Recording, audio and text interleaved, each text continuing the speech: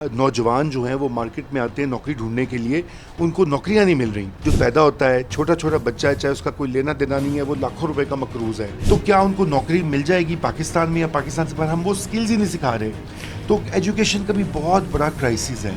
वो हुकूमत में रहे, उनकी हुकूमत जो थी वो बिल्कुल बाकी हुकूमतों की तरह थी। आपको क्या लगता है ये दोबारा कोई मुमकिन है कि इस्टेब्लिशमेंट और इमरान खान एक पेज पे हों? ये जो आज के होती है ना दुश्मनी, ये कल को ठीक हो जाती है कि फलाना लीडर अच्छा है, फलाना बुरा है, फलाना जेल में क्यों है, फलाना कब निकलेगा। मैंने कहा था आर्मी चीफ कौम का बाप होता है। ब्यूरोक्रेट को आप कैसे अपना बाप बना सकते हैं? ब्यूरोक्रेट होता है आपका आवाम का खादिम। बिजली का बिल जो है वो अब अनअफोर्डेबल हो गया। वो मुताला पाकिस्तान एक नाफिज किया हुआ है, उसमें झूठ लोगों के जहनों में ब्रेन वॉशिंग करते हैं। जो पाकिस्तान में बचत हो रही है ना इस महंगाई में, इस माशी क्राइसिस में, बेरोज़गारी में, ये ओवरसीज़ पाकिस्तानीज़ की वजह से हो रही है।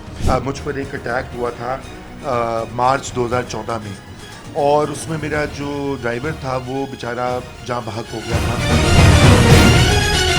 बिस्मिल्लाहिर्रहमानिर्रहीम। कैसे हैं आप सब? मैं अहमद बिलाल, आई एम बिलाल से पॉडकास्ट में मेरे साथ जो आज गेस्ट मौजूद हैं, किसी किस्म का इनका तारुफ के मोहताज नहीं है। One of the best journalist इन पाकिस्तान, और ये अपनी ओपिनियन रखते हैं, बड़ी दबंग ओपिनियन रखते हैं, जो कि किसी भी फेस से हो, चाहे वो अदलिया हो, चाहे वो पॉलिटिक्स हो, चाहे वो कोई भी इशू हो। और I am really honour for me कि ये सर ने आज मुझे टाइम दिया और he is part of my podcast.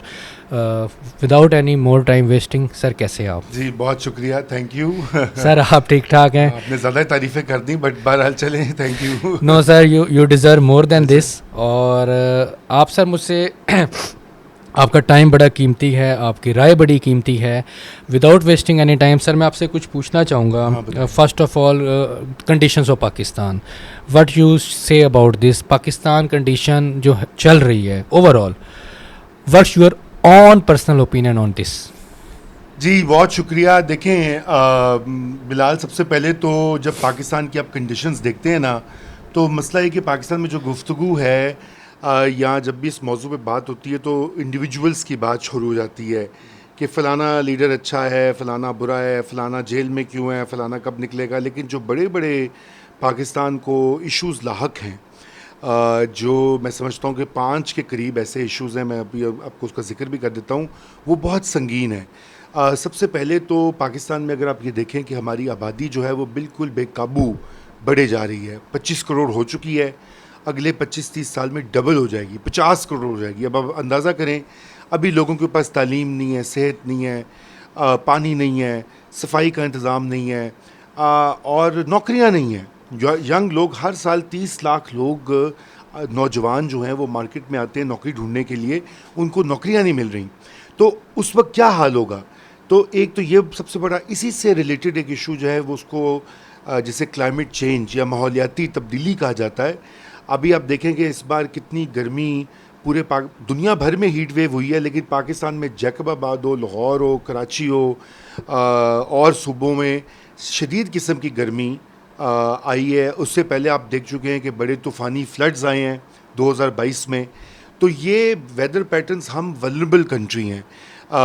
ये पाकिस्तान, बांग्लादेश, हिंदुस्तान, ये दुनिया के जो टॉप 4-5 ममालिक हैं जो कि क्लाइमेट चेंज से सबसे ज़्यादा मुतासिर होंगे, हमारा उनमें शुमार होता है। तो ये दो जो मैं समझता हूँ, ये दो जो हैं इम्पॉर्टेंट इश्यूज़, इनके साथ अगर आप मज़ीद ऐड कर लें तो तीसरी चीज़ जो हमारी मईशत जो है, हम बिल्कुल एक मकरूज़ कौम हो चुके हैं। हर बच्चा जो पैदा होता है, छोटा छोटा बच्चा है, चाहे उसका कोई लेना देना नहीं है, वो लाखों रुपए का मकरूज़ है। क्योंकि हमारी हुकूमतों ने पिछले 15-20 साल में कर्ज़े उठा के अपनी शाह खर्चियाँ, गलत पॉलिसियाँ की हैं। अभी अरबों डॉलर हमें देने पड़ते हैं, और वो हमारे पास डॉलर होते नहीं हैं। फिर हम जाते हैं कहीं, एक IMF से मदद मांगते हैं, वो शराइत लगाता है, सऊदी अरब से मांगते हैं, कतर से मांगते हैं, चीन से मांगते हैं। तो एक, यानी कि इस साल हमारा जो बजट है वो आधा जो है वो सूद की अदायगी में जा रहा है। अंदाज़ा करें ये कैसी। तो अब इस सूरत हाल में कैसे डेवलपमेंट होगी? जो नौजवान लोग हैं उनको पाकिस्तान में अपना मुस्तकबिल रोशन क्यों नहीं दिखाई दे रहा? इसी वजह से कि वो देखते हैं कि यहाँ पे महंगाई और बेरोज़गारी और मिसमैनेजमेंट। तो ये तीसरा एक पहले दो से ही लिंक्ड इशू है। चौथी चीज़ मैं समझता हूँ कि मकामी हुकूमतें हैं ही नहीं हमारी। लोकल गवर्नमेंट जो होती है वो बड़ी ये इन्हीं चीज़ सफाई का इंतज़ाम हो, पानी हो, पॉपुलेशन को कंट्रोल करना हो या माहौल को ठीक करना हो, वो हमारे यहाँ है ही नहीं। लोकल गवर्नमेंट किसी किस्म की अफसरशाही होती है, वो हर जगह पे मौजूद है। दुनिया का ये सबसे बड़ा 5वां बड़ा मुल्क है आबादी के लिहाज से, और इसमें लोकल गवर्नमेंट्स मौजूद नहीं है। अब आप खुद अंदाज़ा करें कि कितनी बड़ी ये चैलेंज है। और फाइनली 5वां पॉइंट जो मैं आपसे कहना चाहता हूँ वो मईशत का तो हमने जिक्र कर दिया, और लोकल गवर्नमेंट का ना होना, और उसके लिए देखिए उस पर कोई इंटरेस्टेड नहीं होता। जो भी आप अगर बात करें देखें तो वो नहीं है। लेकिन 5वीं चीज़ मैं समझता हूँ कि हमारे जो नौजवान जो बच्चे हैं उनके लिए हम किस तरह की तालीम का बंदोबस्त करें। आधे बच्चे तो स्कूल ही नहीं जाते, अब करोड़ों हैं वो उनकी तादाद, और जो स्कूल जाते हैं उनको कौन सी क्वालिटी की एजुकेशन मिलती है, और जो उनको एजुकेशन मिल भी जाती है, अगर वो बीए कर लेते हैं, एफए कर लेते हैं, एमए कर लेते हैं, तो क्या उनको नौकरी मिल जाएगी पाकिस्तान में या पाकिस्तान से बाहर? हम वो स्किल्स ही नहीं सिखा रहे। तो एजुकेशन का भी बहुत बड़ा क्राइसिस है। तो ये सारी चीज़ें मिल के ना, ये आपने कहा कि पाकिस्तान का ओवरऑल तो ये मसाइल है। Sir, your opinion is really respectful. Sir, as you know, Pakistani youth is number of youth is the fan of Imran Khan. Ji It's a reality. जी और फिच की रिपोर्ट के मुताबिक है कि इमरान खान साहब जो है तकरीबन साल से 1.5 साल अभी और जेल में है एट द रेटिंग ऑफ जी। इट। तो what you say about it कि क्या इमरान खान से जो यूथ एक्सपेक्ट कर रही है, जो भी एक सोशल मीडिया के थ्रू उनका माइंड बना है या जो कंडीशंस देख के बना है, is Imran Khan he really worthful for that? देखें ये बड़ा मुश्किल सवाल आप नहीं, पूछ एक रहे हैं। पॉइंट इज दिस हाँ जी, देखें बात यह है कि इसमें कोई शक नहीं है कि यूथ भी हो और बड़े लोग भी हों, मोहम्मद लोग भी हों, वो इस वक्त इमरान खान के साथ हैं, ये हकीकत है। जी मेजॉरिटी जो पाकिस्तान में लोग हैं, खुसूसन पंजाब और खैबर पख्तूनख्वा में, सिंध और बलूचिस्तान की सूरत है और है, लेकिन मेजॉरिटी जो है इन 2 बड़े सूबों में वो इमरान खान के पीछे है, वो उससे मुतासिर हैं। वो उसमें इमरान खान एक कौमी हीरो रहे हैं क्रिकेट के, आपको पता है। उनका एक स्टेचर है, आज से नहीं है कोई। हम तो जब छोटे थे स्कूल में होते थे उस वक्त वो हमारे हीरो होते थे क्रिकेटिंग के। आप तो मुझसे छोटे उम्र में, लेकिन हम शौकत खानम के जो फंड रेजिंग होती थी हम उसके टिकट बेचा करते थे। वो उनका एक स्टैचर है, एक लेवल है, और जो उनके साथ हो रहा है वो बिल्कुल गलत हो रहा है। मतलब किसी को भी मैं तो ज़ाती मेरा जो ओपिनियन है, आपने कहा स्ट्रॉन्ग ओपिनियन बिल्कुल होते हैं कि कोई भी सियासी कैदी नहीं होना चाहिए। अगर उनकी सियासत नहीं किसी को पसंद, किसी से फड्डा है, आर्मी चीफ के साथ कोई मसला है, सियासतदानों के साथ मसला है, तो उनको इमरान खान को जेल में नहीं होना चाहिए। आप उनको रोक नहीं सकते। अब उनकी तो सारी बेल जमानतें हो चुकी हैं, लेकिन उनको बंद करके रखा। ये फिच की रिपोर्ट उसी को इंडिकेट करती है, वो भी यहीं से पूछ पाछ के बनाते हैं रिपोर्ट, कोई वो हरफ आखिर नहीं होता।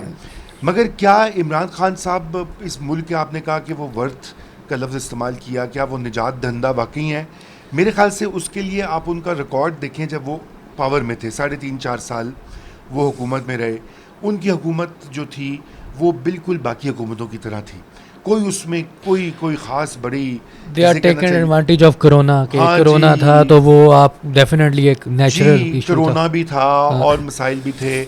लेकिन अगर आप देखें कि वही लोग जो हैं, शेख रशीद जो हैं, पहले वो नवाज शरीफ के साथ होते थे, फिर वो काफ में चले गए, मुशर्रफ के साथ होते थे, फिर वो इमरान खान के वजीर बन ऐसे ही गए। है। अच्छा, इसी तरह आप पूरी मैं आपको लिस्ट गिनवा सकता हूँ। लेकिन बात यह है कि ये जो भी उनका रिकॉर्ड हो, अभी लोग उनको चाहते हैं। अगर हम जमहूरियत में यकीन करते हैं तो इमरान खान और उनकी पार्टी जो हैं वो आगे हैं बाकियों से, और उनको पावर मिलनी चाहिए। अभी नहीं तो साल में, 2 साल में, 3 साल में, जब भी अगला इलेक्शन होता है, और उनको आर्टिफिशियली बाहर नहीं रखना चाहिए। लेकिन मैं ये समझता हूँ कि मुझे बहुत सारी रिजर्वेशंस हैं इमरान खान साहब की जो पॉलिसीज़ रही हैं और जो अभी भी उनकी हैं। मसलन ये कि वो सियासतदानों से बात नहीं करना चाहते। वो कहते हैं बाकी हर कोई चोर डाकू है, मैं बेहतर हूँ।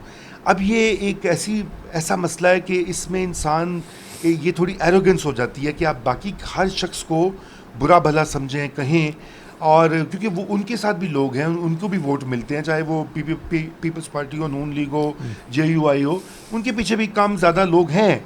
लेकिन आप उनको डिस्काउंट नहीं कर सकते, आपको उनके साथ ही बातचीत करनी पड़ती है, और इसी तरह जमहूरियत बहाल होगी, पाकिस्तान में आगे बढ़ेगी। जी अच्छा सर, आपको क्या लगता है ये दोबारा कोई मुमकिन है कि इस्टेब्लिशमेंट और इमरान खान एक पेज पे हों, इज़ दैट पॉसिबल? देखिए बिल्कुल पॉसिबल है, उसकी तारीख देख लें पाकिस्तान की। ये जो आज के होती है ना दुश्मनी, ये कल को ठीक हो जाती है। यही नवाज शरीफ था, आपको याद है कि 2016 में उसको नाअहल कर दिया। मुझे क्यों निकाला? मुझे क्यों निकाला, वो निकले जीटी रोड पे 17 में, ऐसे। ठीक है जी। उसके बाद 18 का इलेक्शन जो है उसमें नून लीग आगे थी, लेकिन वो उनसे चुरा कर इमरान खान साहब को पावर में ले आया गया। ये जेल में रहे, उनकी बेटी जेल में रही, उनके सारे लीडर्स जेल में रहे। आज वो सब जेल से बाहर निकल आए हुए हैं। नवाज शरीफ साहब बैठे हैं अपने घर में, बेटी चीफ मिनिस्टर है, भाई वज़ीर आज़म है। ऐसे पलटा खाते हैं हालात, माजी में भी ऐसे हुआ है, तो इमरान खान साथ भी होगा। लेकिन मसला ये कि ये जो पुराने सियासतदान हैं, ये घाघ होते हैं, ये लचक बनाकर अपनी जगह बना लेते हैं। खान साहब जो है ना, वो अभी तक एक प्योरिस्ट अप्रोच है। वो कहते हैं कि जी मैं किसी सूरत ये नहीं करूँगा, मैं समझौता नहीं करूँगा। भाई कौन से असूल हैं, बताएं तो सही ना, किस बात पे समझौता नहीं करेंगे। और दूसरा इम्पॉर्टेंट चीज़ आप ये भी याद रखें कि पाकिस्तान के सारे जो बड़े 3 पॉपुलर लीडर्स रहे हैं, बेनज़ीर भुट्टो उनमें शामिल नहीं है, जुल्फ़िकार अली भुट्टो, नवाज शरीफ और इमरान खान, ये तीनों इस्टेब्लिशमेंट के नर्सरी से निकल के आए थे। भुट्टो साहब जो हैं वो 30s में थे, तो उनको सिकंदर मिर्ज़ा ने पिक करके यूएन में भेजा। अयूब खान ने अपना वज़ीर बनाया। जनरल अयूब खान का 10-11 साल उन्होंने रूल किया। वो उनको डैडी कहते थे, ठीक है ना।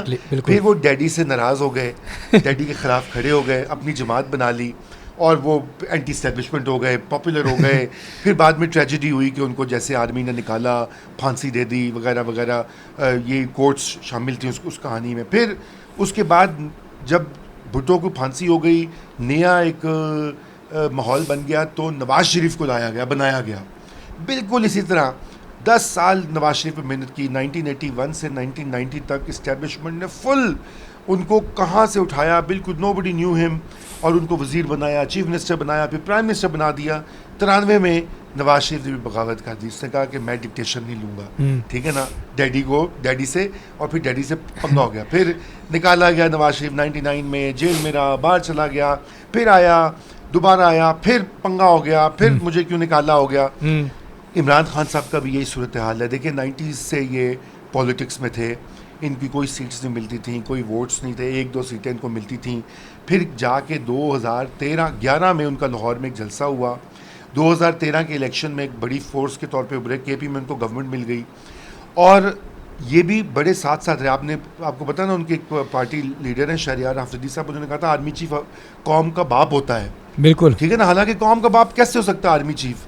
कौम का बाप तो कायदे आज़म है, अल्लामा इकबाल है, सैयद अहमद ख़ान है, कोई और हो। ये कौम के बाप कैसे? ये तो 3 साल के लिए सरकारी मुलाजिम है, चाहे ये वाला आर्मी चीफ हो, पुराना या अगला आने वाला।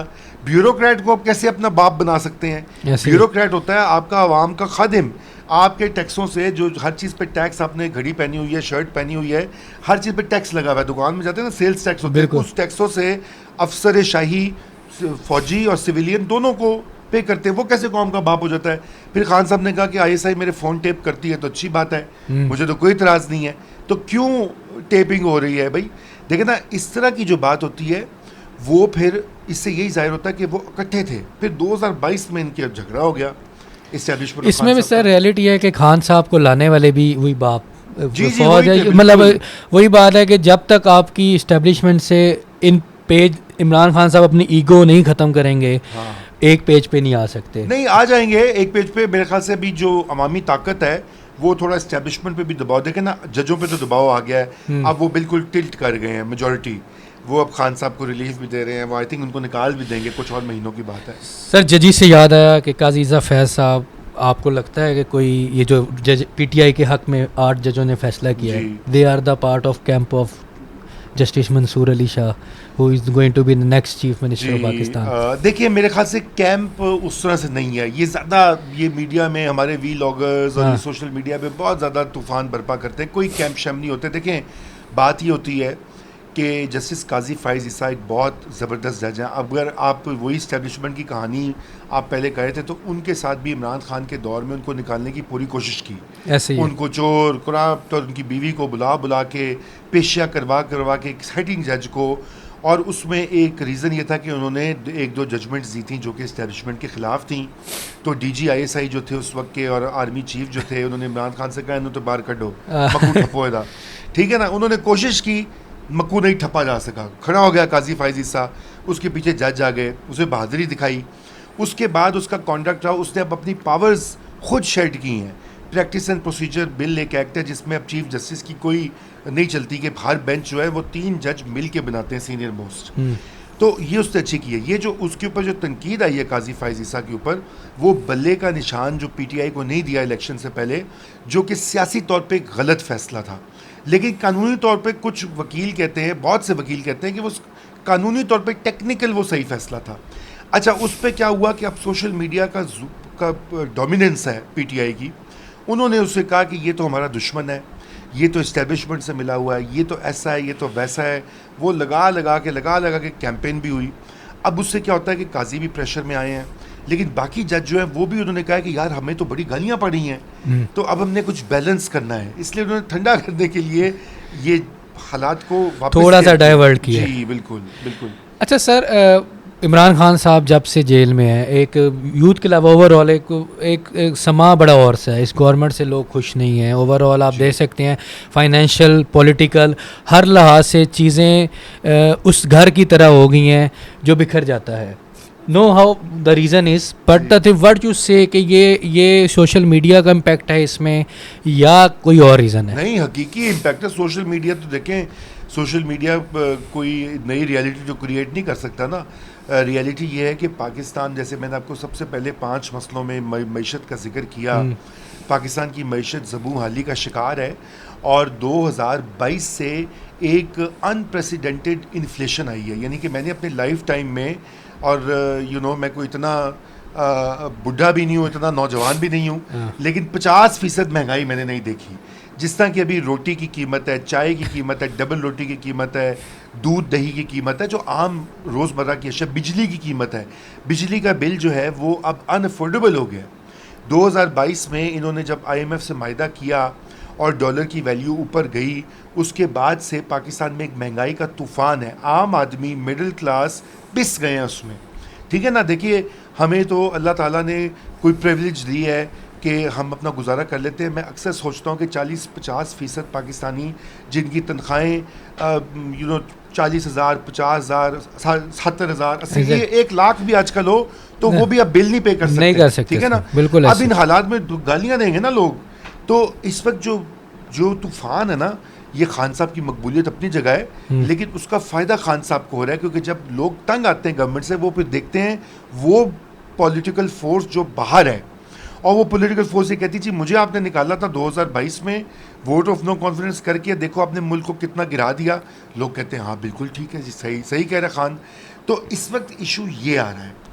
सर, आपकी एक बड़ी ओपिनियन है इजहार राय, हर बंदे को हक है इजहार राय का। ये जो फायर वॉल आपके सामने मुल्क में है, ये कितना इम्पेक्ट कर रही है इस सिचुएशंस को, और इसका कितने हद तक ठीक है फैसला या गलत है? नहीं, देखिए, फायर वॉल तो अभी मेरे ख्याल से वो शुरू काम हो रहा है, अभी पूरी तरह इम्प्लीमेंट नहीं हुआ है। उन्होंने X या ट्विटर पे बैन लगाया हुआ है। हाँ। और मैंने देखा है कि ये कुछ सर्विस प्रोवाइडर हैं वो स्लो, आजकल व्हाट्सएप पे भी कोई कट के कॉलें जा रही हैं। एग्जैक्टली ना, मेरा काम ही नहीं कर रहा जब से मैं, वो वॉइस मैसेज आपका ओपन ही नहीं हो रहा। जी नहीं हो रहा। तो ये नया सिलसिला स्टार्ट किया है जो कि सरीहन गलत है। मतलब इसकी कोई जस्टिफिकेशन है ही नहीं। अगर आप ये कहते हैं जी इससे आर्मी के ख़िलाफ़ सेंटिमेंट हो रहा है, तो फिर भाई बात ये कि आप अपनी पॉलिसियाँ ठीक करें, लोग आपसे क्यों नाराज़ हैं उस चीज़ को फिक्स करें, आप फायर वॉल तो ना लगाएं ना। हाँ। तो अच्छा, फिर ये कि पाकिस्तान जो है वो एक बड़ा, देखें ये चीज़ें आप चीन में कर सकते हैं इम्प्लीमेंट। चीन की एक तारीख़ है, कम्युनिस्ट रूल है, एक आबादी जो है उसमें उस तरह का तनव्वु नहीं है। वहाँ पे ज़्यादातर चाइनीज़ जो मुख्तलिफ फैक्शंस वो हैं उनकी एथनिक वही हैं। यहाँ पे तो आपका मुल्क इतना वसी है, वसी आबादी के लिहाज से, पंजाबी भी है, पख्तून भी है, बलोच भी है, सराइकी भी है, सिंधी भी है, महाजिर भी है, आपको हर तरह का यहाँ पे शख्स है। फिर 4 सूबे हैं जो कि मुख्तलिफ कल्चर्स हैं। पाकिस्तान में देखें ना, आप एक ज़िले से निकलते हैं ना, लाहौर से निकलेंगे तो 2 घंटे ड्राइव करेंगे, बोली बदल जाएगी, ठीक है ना, ऐसे ही है, माशरत बदल जाएगी, गाने बदल जाएंगे, रस्म रिवाज बदल जाएंगे, ऊपर जाएंगे खैबर पख्तूनख्वा आ जाएगा, हज़ारा आ जाएगा, उससे ऊपर जाएंगे कबायली इलाके आ जाएंगे, आगे अफ़गानिस्तान आ जाएगा, नीचे जाएंगे आपकी इतनी डाइवर्सिटी कि आप इस तरह के लोगों को सिर्फ एक जमहूरी फ्रेमवर्क में इकट्ठा रख सकते हैं। पहले ये किया गया था, जब हमने इसका नुकसान उठाया। आप लोग पाकिस्तान में तो एक मसला ये भी है कि तारीख़ के बारे में नहीं पढ़ाई जाती, और आई एम श्योर कि वो मुताला पाकिस्तान एक नाफिज किया हुआ है, उसमें झूठ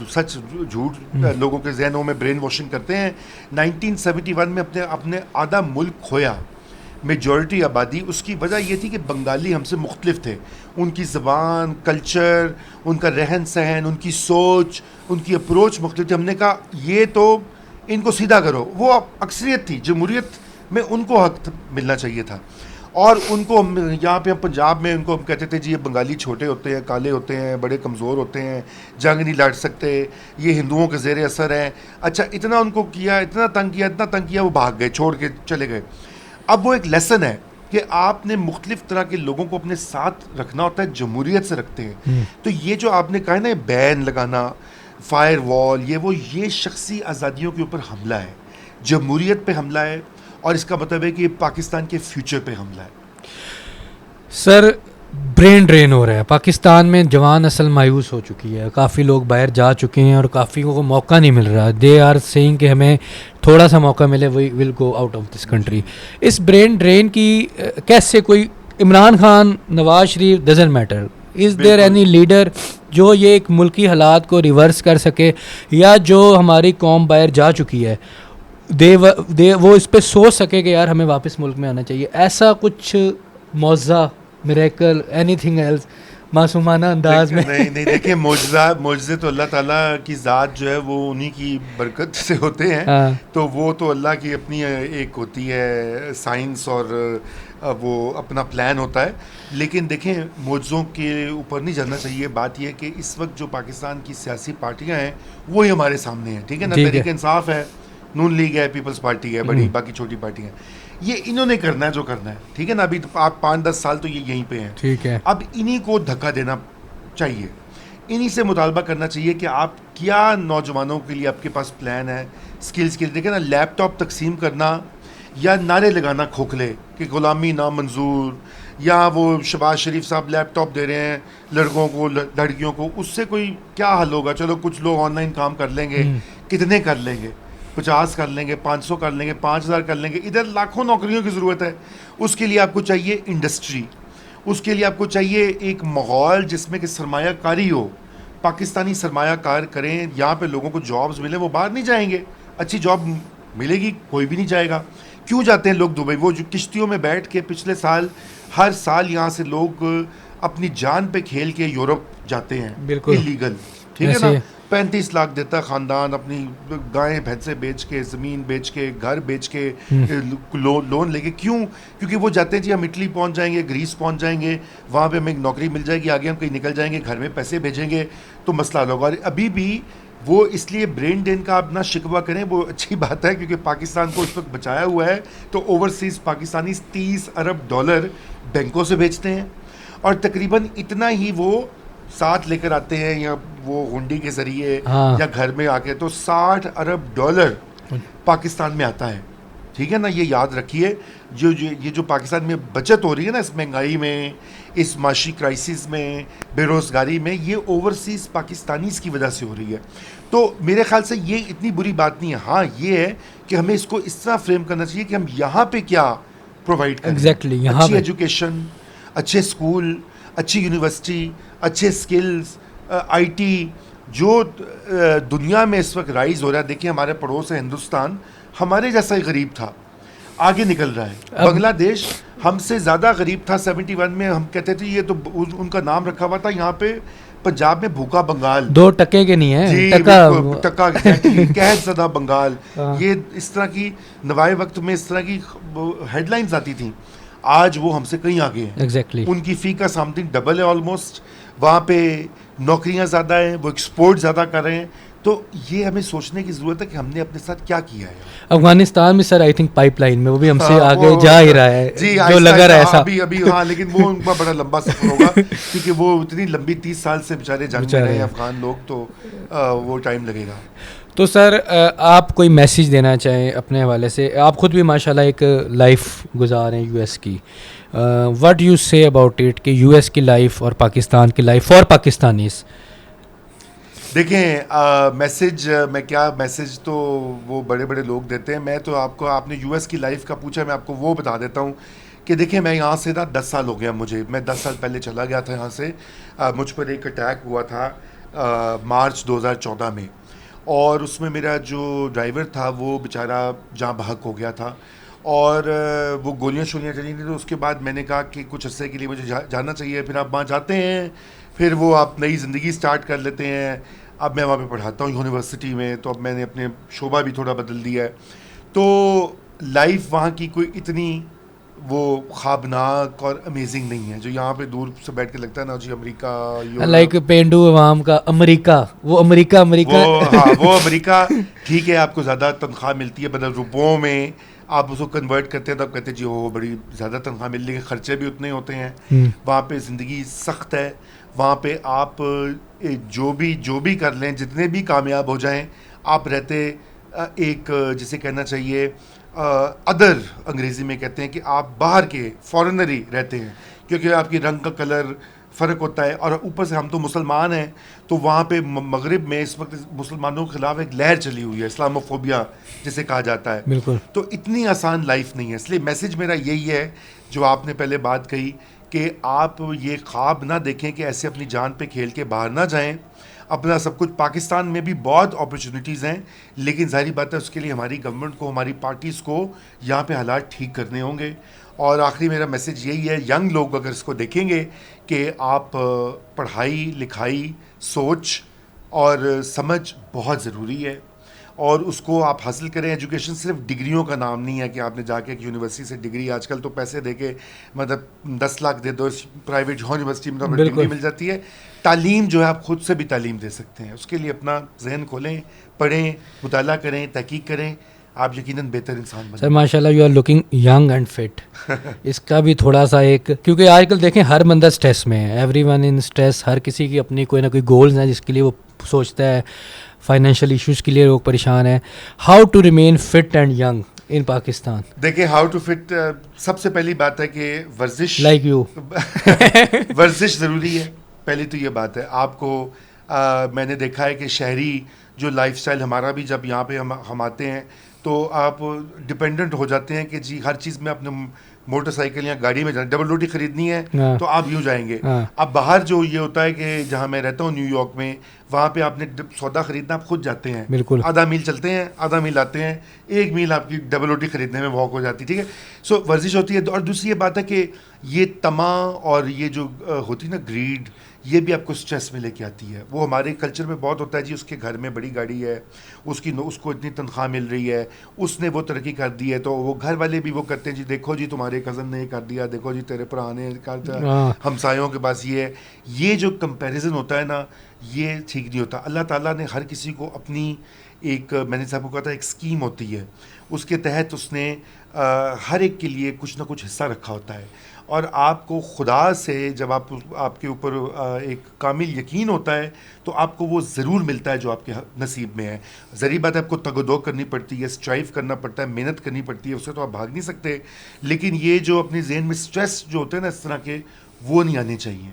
और हर चीज़ अपने वक्त में मिलती है। अभी ये भी होता है, यंग लोग होते हैं, मैं देखता हूँ, मैं बहुत से यंग लोगों के साथ काम करता हूँ, हमारे डिजिटल मीडिया प्लेटफॉर्म नया दौर में भी, फ्राइडे टाइम्स अखबार है, उससे पहले मैं एक और अखबार करता था, तो वो यंग लोग होते हैं, वो कहते हैं जी मैं अभी निकला हूँ यूनिवर्सिटी से या निकली हूँ, एकदम मेरी हाई सैलरी हो, एकदम मैं एंकर बन जाऊँ, एकदम मैं हामिद मीर बन जाऊँ, एकदम मैं वो शाज़ेब खानज़ादा बन जाऊँ। ऐसे नहीं होता। ये जो लोग हैं हामिद मीर वगैरह ने बड़ी धक्के खाए हुए हैं, 20-20, 30-30 साल नौकरियां करके, मेहनत करके इस मकाम पे पहुंचे हैं। ठीक है ना, तो मेहनत का कोई नेमुल बदल नहीं है। अगर आप मेहनत करेंगे ना इस एम से कि आपको इंशाल्लाह कामयाबी मिलेगी, तो फिर आप स्ट्रेस में नहीं रहेंगे।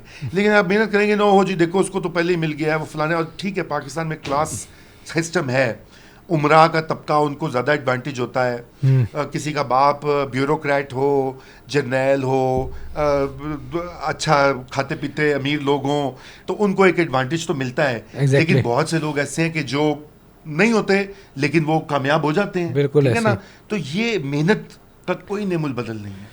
एग्जैक्टली ये सर, message मैं लास्ट में ये आपको एक अप्रिशिएशन देना चाहूँगा। You are also part of justice family, but you did your own, और you are really honourable person in Pakistan. मैं आपको सुनता हूँ, मैं आपको देखता हूँ, और मुझ जैसे और वो यूथ आपको देख के इंस्पायर होती है।